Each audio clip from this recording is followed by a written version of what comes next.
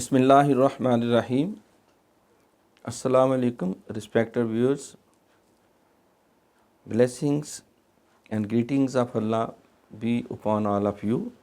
Welcome to the program Muhammad said, peace be upon him. This is a program in which we recite the Hadith, the sayings of the Messenger of Allah. We translate it, we explain it and get the message for our practical life. Let us come to the hadith of the day. An Umar ibn al-Khattabi radiyallahu anhu qala baynama nahnu julusun inda Rasulillahi sallallahu alayhi wa sallam zat yawmin إذ طلع علينا رجل شديد بياض الثياب شديد سواد الشعر لا يرى عليه أثر السفر ولا يعرفه منا أحد حتى جلس إلى النبي صلى الله عليه وسلم فأسند ركبتيه إلى ركبتيه ووضع كفيه على فخذيه وقال يا محمد أخبرني عن الإسلام فقال رسول الله صلى الله عليه وسلم الإسلام أن تشهد أن لا إله إلا الله وأن محمد رسول الله وتقيم الصلاة وتؤتي الزكاة وتصوم رمضان وتحج البيت أن استطعت إليه سبيلا قال صدقت فأجبنا له يسأله ويصدقه قال فأخبرني عن الإيمان قال أن تؤمن بالله وملائكته وكتبه ورسله واليوم الآخر وتؤمن بالقدر خيره وشره قال صدقت قال فأخبرني عن الإحسان قال أن تعبد الله كأنك تراه فإن لم تكن تراه فإنه يراك قال فأخبرني عن الساعة قال ما المسؤول عنها بأعلم من السائل قال فأخبرني عن أماراتها قال أن تلد الأمة ربتها وأن ترى الحفاة العراة العالة رعاء الشاي يتطاولون في البنيان ثم انطلق فلبثت مليا ثم قال يا عمر أتدري من السائل قلت الله ورسوله أعلم قال إنه جبريل أتاكم يعلمكم دينكم رواه مسلم. This hadith is called the mother of Sunnah, as Surah Al-Fatiha is called the mother of the Holy Quran, because all basic teachings have been beautifully accommodated and accumulated in that surah.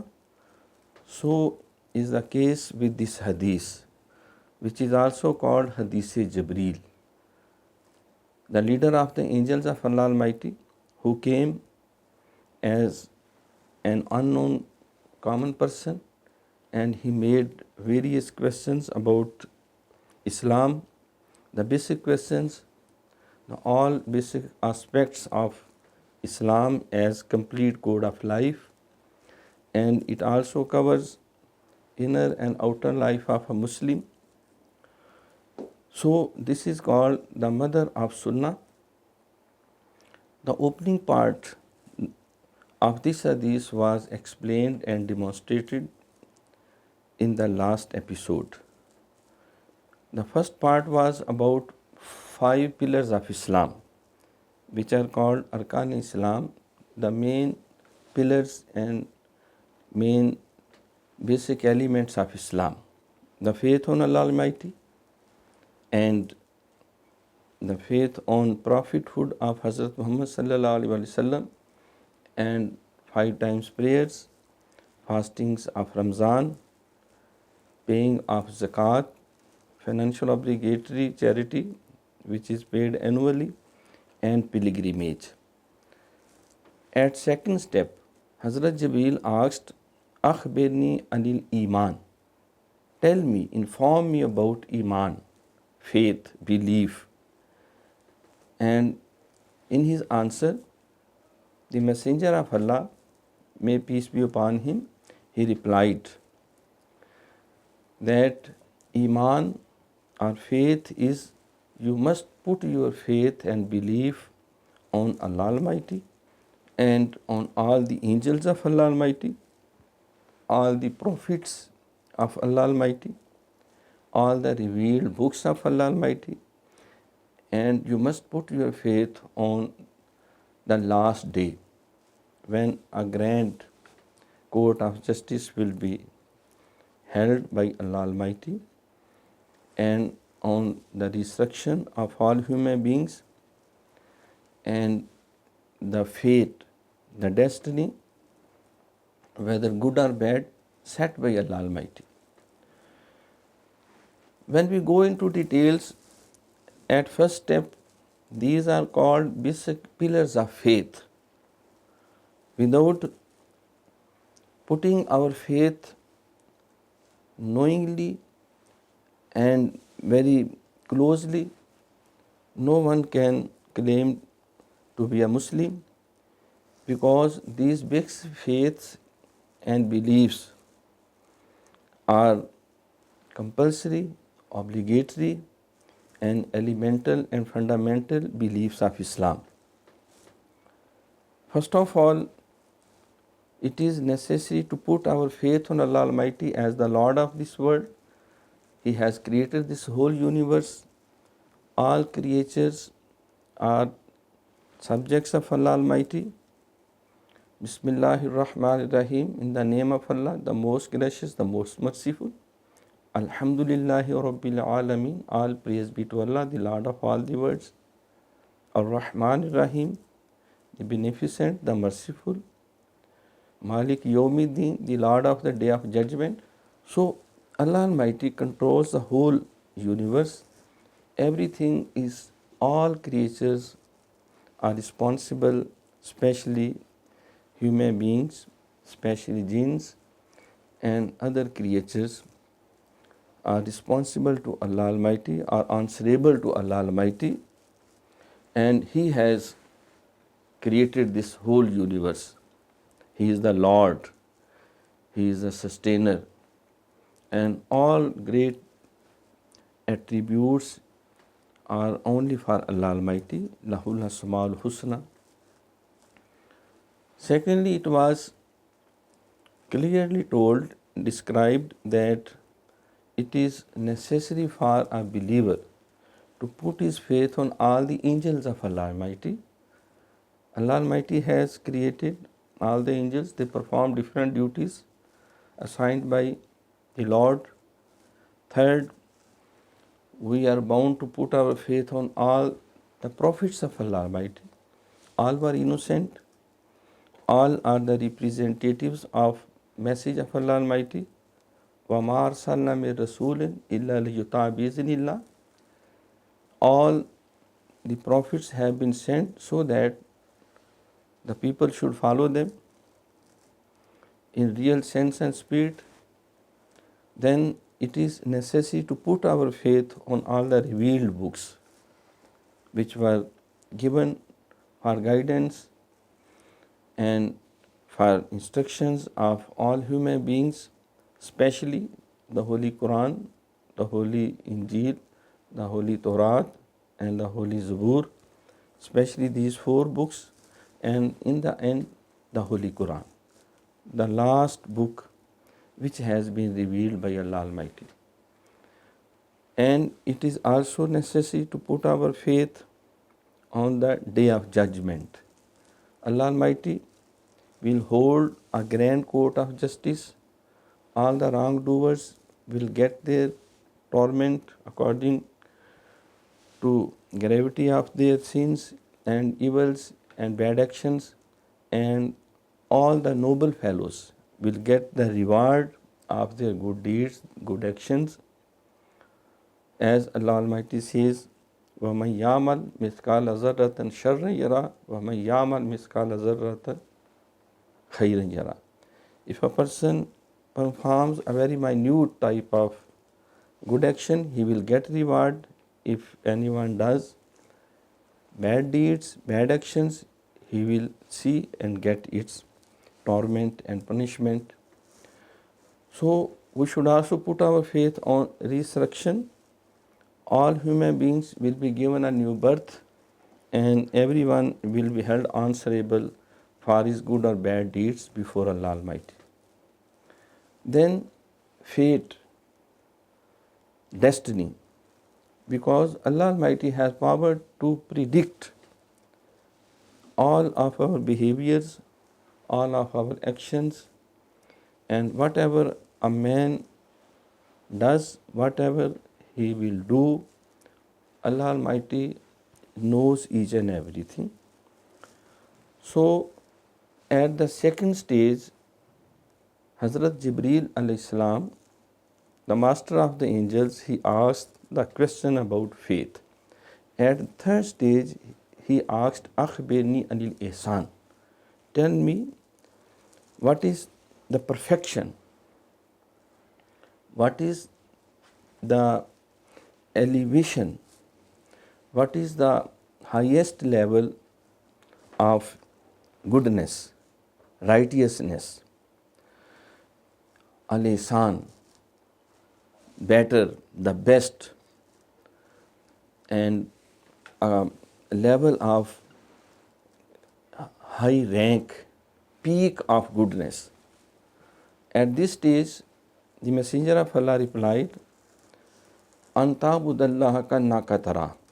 You should or you must perform all your deeds, especially worshippings of Allah Almighty, as you see Him. And if it is not possible for you to see Him, you must put your faith that He sees you. So when a person is so much attached with the existence of Allah Almighty, he is very watchful of all of his actions. When he performs any good deeds, he knows Allah Almighty is well aware of it. He is all knowing. He is all seeing. He is everywhere. Nahnu aqrabu ilayhi min hablil warid. Allah Almighty is very closer to us, more closer to us than even our spinal cord. So we see that if we have such type of strong faith, firm belief on the existence of Allah Almighty, we can stay away easily from so many evils, and we can be more watchful about our deeds. We will be able to get perfection of all good deeds, noble actions. But if it is not possible, the second rank of righteousness and close attachment with the Creator, with Allah Almighty, is that He sees us. At least we should put this faith that Allah Almighty knows each and everything, and He sees all of our actions, good or bad. In the end, the question about Day of Judgment was also raised. Akhbirni ani sa'a. Tell me about the last day, about the doomsday. Prophet, he answered that the questioner does not know better than the answer. It means this is the decision of Allah Almighty. The day of judgment, the day of resurrection has been remained covered. It has not been disclosed by Allah Almighty. So we should put our faith. The day is a right day. The day will come as it has been described on different occasions in the Holy Quran and in various sayings of the Holy Prophet, peace be upon him. Then Hazrat Jibreel asked some signs of closeness of the Day of Judgment, and the Messenger of Allah, peace be upon him, he answered that a slave girl, the maid, will give birth to her mistress. It means the children will not be watchful of the rights of their parents. And he also told that the barefooted, the naked bodies, and the destitute type of shepherds, they will boast of making lofty buildings, heavenly kissing, grand buildings. They will try to compete in worldly matters, in materialistic gains. The criteria of superiority will be materialistic things, not good deeds, not bad deeds. So these will be the signs of closeness of the last day. So when we go into details of all these instructions which were given in this hadith, we come to know that basic pillars of Islam, 5 pillars, they were described, and 7 basic beliefs and faiths of Islam were also demonstrated, and the perfection of all righteousness, good deeds and noble actions, the peak of goodness, that is called Ihsan, it was also demonstrated. And what would be the signs of Day of Judgment, they were also pointed out, so that we should be well aware of our actions, our deeds, and all of our activities. That's why this comprehensive hadith, which is called Hadith Jibreel, because Hazrat Jibreel came to the Prophet as a common man, and he made all these questions, and he got the replies and answers. And in the end, as it has been narrated by Hazrat Umar bin Khattab, may Allah be pleased with him, he describes that the Prophet asked me, "O Umar, do you know who was the questioner, who was the stranger?" Hazrat Umar Raziyallahu Ta'ala anhu, may Allah be pleased with him, he answered that Allah and His Messenger know well. At this point, the Prophet of Allah, peace be upon him, he said that it was Jibreel, the Lord of the angels, the Master of the angels, and he has come to teach you your deen, your religion, complete code of life. So this was a way to teach the companions of the Prophet, to teach the followers of the Prophet. By this way, when we study this hadith, we come to know that Allah Almighty is well aware of all psychological needs of the faithful, all physical needs of the faithful, and He knows how to teach the lesson of Islam, the teachings of Quran and Sunnah, in a very beautiful manner, in a very civilized way, because Hazrat Jibreel came and he followed all etiquettes. His style was courteous, his style was civilized, and he sat in a very civilized manner, and he gave due respect and honor to the Messenger of Allah, and all the companions were also very careful and attentive. They were also cool and calm, and they listened the discussion silently, attentively, and they were well aware of the situation that when there is question and there are answers from the Messenger of Allah, they must be very attentive. It also teaches the lesson how we should get knowledge from our teachers, from our elders. This is the way to learn Islam, to learn the Holy Quran, to learn the Hadith of the Prophet, peace be upon him. If we follow this Hadith in its real sense and spirit, we can get a lot of guidance for all of our life, and our life can be very successful, can be very meaningful, can be very prosperous. So this Hadith is rightly declared as the mother of Sunnah because it teaches the lesson of goodness, of noble actions, the pillars of Islam, the basic beliefs of Islam, the highest rank of goodness, and how to stay away from bad deeds and actions.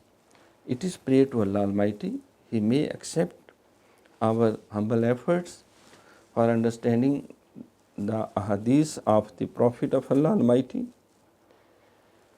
peace be upon him, and to enlighten our life, to enlighten our lives, and to make our life more meaningful and more successful, and we should become an example for other faithful, for other Muslims, and even for non-Muslims, so that they could know how a Muslim character should be. Thanks so nice of you.